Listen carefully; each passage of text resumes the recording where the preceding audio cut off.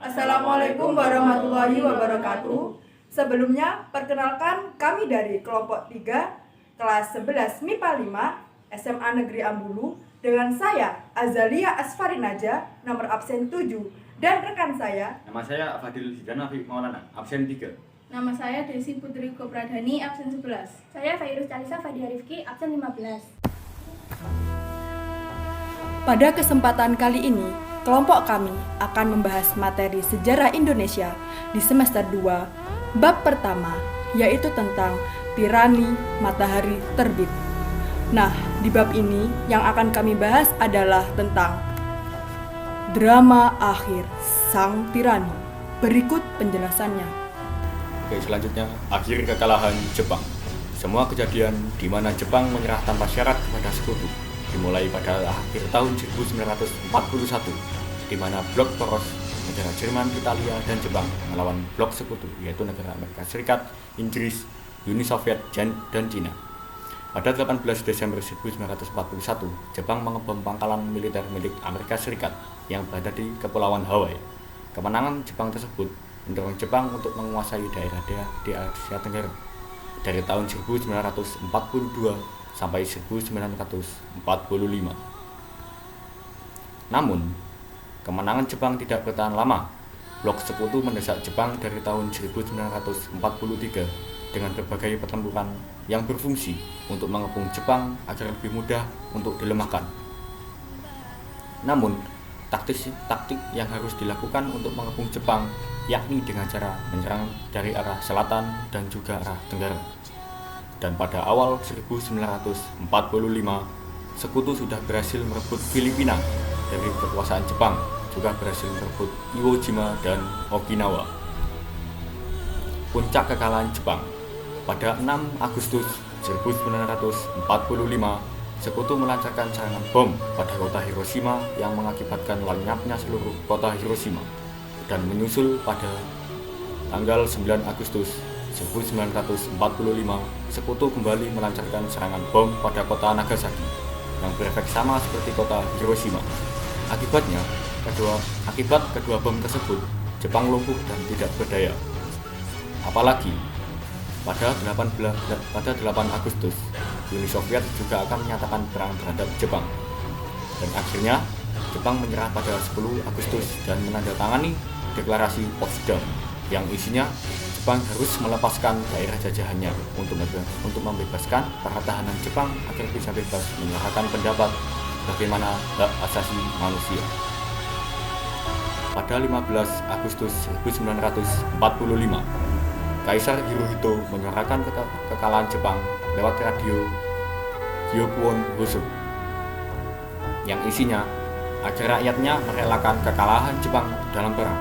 Akhirnya informasi tersebut sampai di tokoh pergerakan nasional yang pada akhirnya mendesak para golongan pemuda untuk membujuk agar Soekarno memproklamasikan kemerdekaan Indonesia pada 17 Agustus 1945.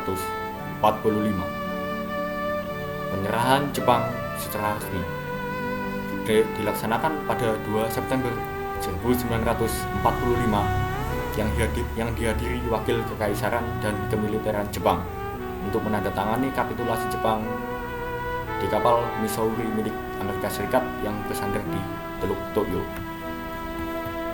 Akibat penjajahan Jepang, masa pendudukan Jepang hanya berjalan 3,5 tahun, tetapi kesengsaraan yang dibuat amat sangat besar. Walaupun demikian, kekuasaan pemerintah Jepang secara singkat telah membawa dampak besar bagi kehidupan Indonesia. Dampak tersebut diantaranya bidang politik.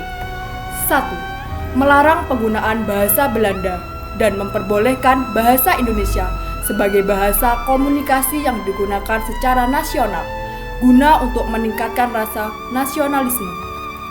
2. Membentuk BPUPKI dan PPKI. 3. Mengubah struktur pemerintahan. 4. Janji kemerdekaan oleh PM Tojo pada September 1943. Dampak pada bidang ekonomi. 1.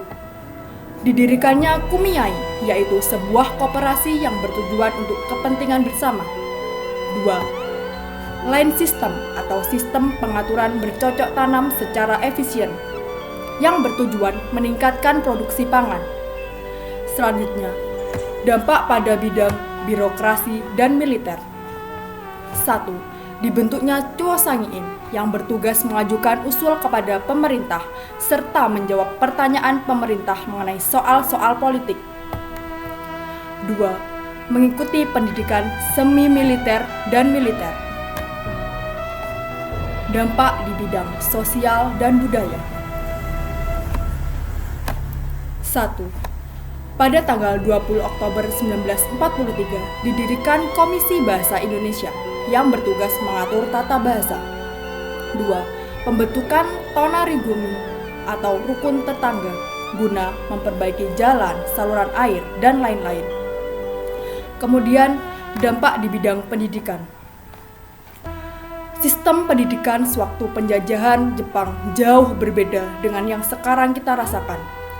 Dahulu, pendidikan bercirikan militerisme. Apakah kalian tahu seperti apakah itu?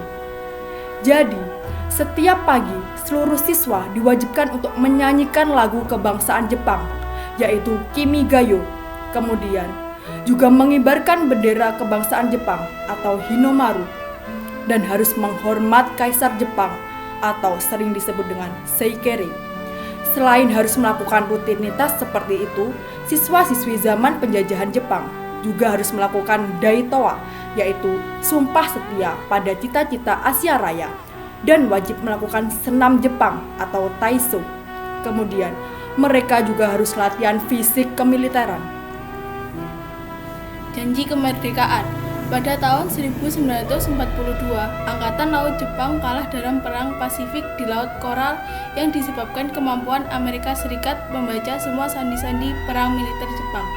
Kapal-kapal perang Jepang berukuran besar berhasil ditenggelamkan oleh militer Amerika Serikat yang membuka jalan bagi sekutu untuk menyerang pangkalan militer Jepang di Asia Tenggara.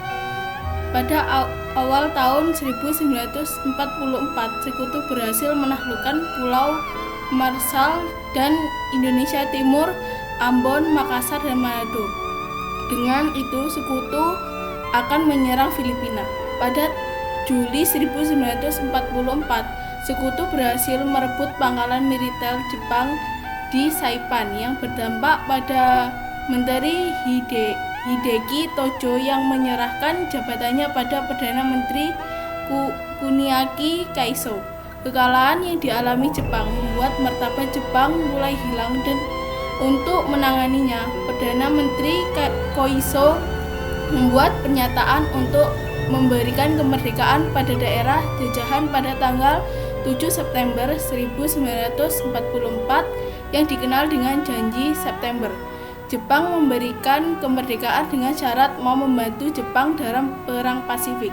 Pemberian janji kemerdekaan untuk Indonesia dilakukan dengan membentuk panitia persiapan kemerdekaan seperti BPUPKI dan PPKI. Pembentukan BPUPKI dan BPKI sebagai perwujudan dari janji kemerdekaan yang akan diberikan kepada Indonesia, pemerintah Jepang membentuk badan yang bertugas membuat dan mempersiapkan berdirinya suatu negara, yaitu 1. BPUPKI atau Dokuritsu Jumbi Chosakai. Badan penyelidik usaha persiapan kemerdekaan Indonesia ini dibentuk pada 29 April 1945 dengan tujuan menyelidiki dan mempelajari apa saja bentuk dasar yang cocok untuk digunakan kepentingan sistem pemerintahan negara Indonesia pasca kemerdekaan nanti. Beranggotakan 60 orang Indonesia dan 7 orang Jepang yang diketuai oleh Rajiman Widyodiningrat serta dibantu oleh RP Suroso dan Ichi Bangase.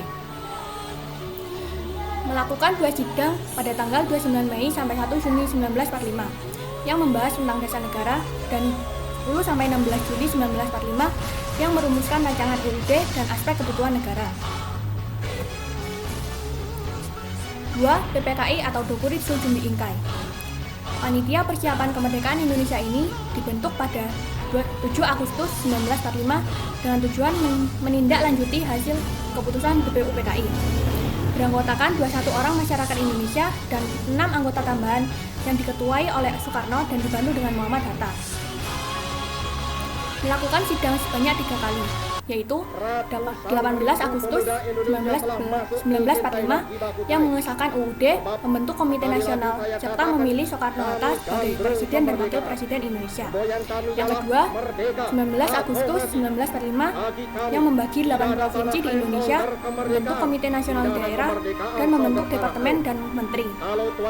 Sidang yang terakhir yaitu pada tanggal 22 Agustus 1945 yang membentuk Komite Nasional Pusat, membentuk PNI, dan juga BKR. Demikian pembahasan kami kali ini. Semoga bermanfaat dan dapat menambah pengetahuan. Sekian, wassalamualaikum warahmatullahi wabarakatuh.